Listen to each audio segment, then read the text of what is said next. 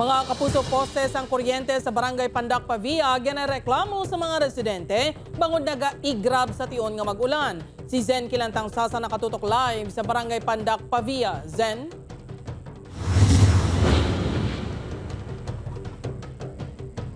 Jerk, nagakabalaka ang mga residente diri sa Pandak Pavia bangod tuman kadelikado ang poste nila bangod makapila na ka beses nga nag-igrab.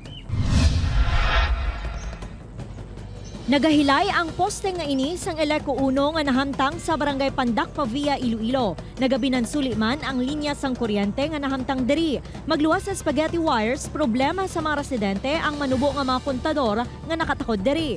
Isa ang balay ni Manang Tisay nga malapit sa lugar. Ginakahangawan sini nga magluntad ang sunog bangod makapila na ka beses nga nag-igrab ang poste. Hindi naman mahimos ang pumuluyo sa tion nga magtupa ang ulan. Ang kabalakaan namon nga dapat makayuti ayo ang poste, ang mga kontador, maplasta ti maayo para nga bisan magulan way makamedal kay kabalakaan. Suno sa opisyal sang barangay, madugay na nila nga ginpalabot ang problema sa poste sa talatapan sang Iloilo 1 Electric Cooperative Incorporated. Apang wala sa gihapon sang aksyon, ginabanta 20 tubtub 30 ka mga panimalay ang naga-istar sa lugar. Ginakabalakan man ang peligro nga ginadulot sang poste sa kabataan.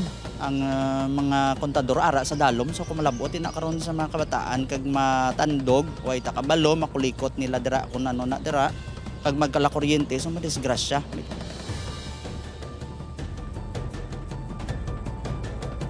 Jerk, ginpalabot na sang news team ang reklamo sa mga residente sa Eleco 1 kag subong langgit nga hapon ginpadulungan na sang Electric Cooperative ang lugar agud usisaon ang sitwasyon kag nagpasalig naman ang Eleco 1 nga pagakayuhon ang poste.